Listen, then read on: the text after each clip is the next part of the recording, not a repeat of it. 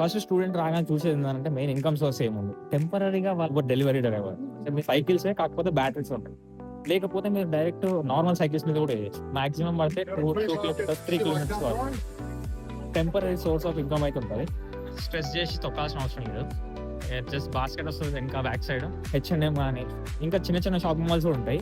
For example నవంబర్కి వచ్చినప్పుడు డిసెంబర్లో sale ఉంటుంది మొత్తం. అంటే స్టోర్ విజిట్ చేయడము, స్టోర్ వాకింగ్స్. ఇంతకైనా బెటర్ ఏంటంటే వచ్చేటప్పుడు కొంచెం ఇనఫ్ సేవింగ్స్, అట్లీస్ట్ ఒక 2-3 months కన్నా సేవింగ్స్ తెచ్చుకుంటాం అనుకోండి, సేఫర్ సైడ్ ఉంటుంది. ఇంకొక డౌట్ ఉంటుంది ఏంటంటే ఇప్పుడు ఊబర్ ఈట్స్ చేస్తే అసలు ఎన్ని వస్తాయి, అసలు సరిపోతాయి అని అంటే, మేము వచ్చినప్పుడు అయితే యావరేజ్ ఒక $100 చేసేవాళ్ళం. నా రూమ్మేట్ 150-200 కూడా కొట్టేటాడు ఒక రోజు.